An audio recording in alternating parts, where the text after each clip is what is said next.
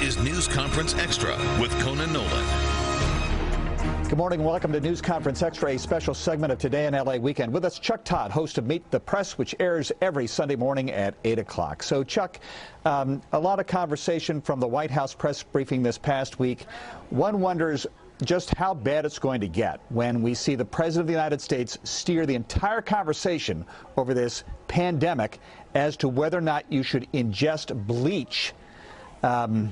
Give us the assessment on what the White House, based on what you understand, what the White House is thinking about whether or not these briefings should even continue. Here's the problem. Normally, when we refer to the White House, we are referring to a group of people or maybe, you know, a coterie of advisors.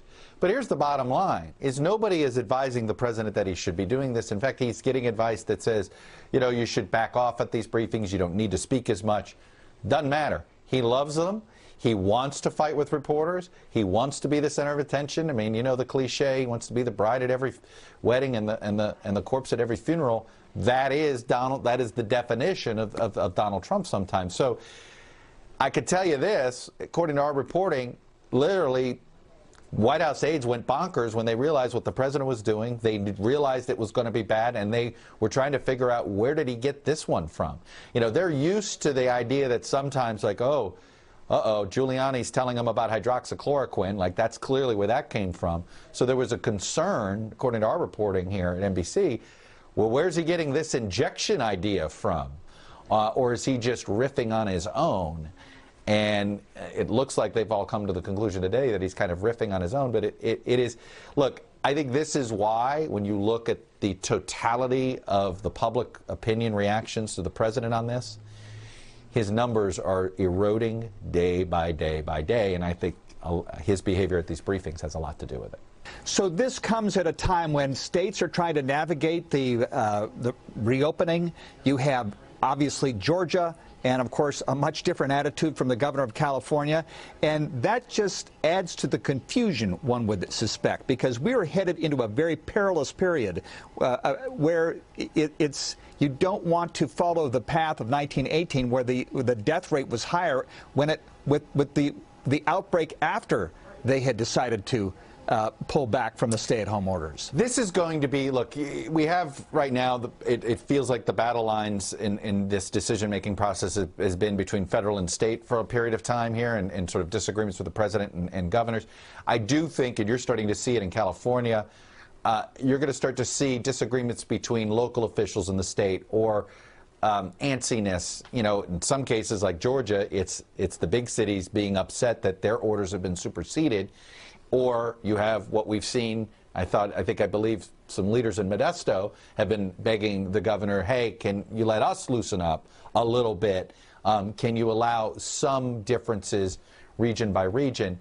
And I do think this is going to be the next round of tension, if you will. But ultimately, it all comes down to the issue of testing. And I think I think everybody says this, if we had the ability to have more testing, you'd give more confidence to people to decide on their own how much risk they're willing to take. Who's on the program?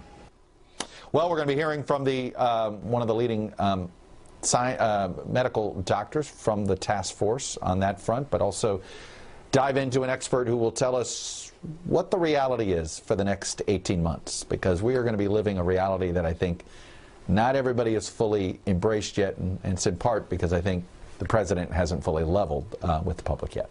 Right, and so the public looks towards people like Bill Gates, who came out with, I don't know if you'd call it draconian, but he's the one who says it's going to take a lot longer than anybody anticipates. Conan, it's just simply, it's like, look, I'm dealing with my own kids on this, right, which is just tell us the truth and let's be pleasantly surprised. You raise expectations too high, you only set people up for disappointment. Chuck Todd, host of Meet the Press, every Sunday morning at 8 o'clock. Thank you very much, and stay safe. Thanks, brother. You too. NBC4's news conference at 9 o'clock follows Meet the Press, where we'll be talking with the chair of the LA County Board of Supervisors Catherine Barger, who is trying to navigate this crisis for the most populous county in the nation. We'll also be talking with former Governor Gray Davis about how he has had a conversation with the mayor, the governor of California, Gavin Newsom, in an extraordinary phone call with also Jerry Brown and Pete Wilson and Arnold Schwarzenegger, trying to help him navigate this crisis. And we listened to a historian from the University of Michigan who talks about how San Francisco and Los Angeles, how very differently they handled the outbreak in 1918 and what the consequences were back then. That's News Conference at 9 o'clock following Meet the Press. We'll see you then.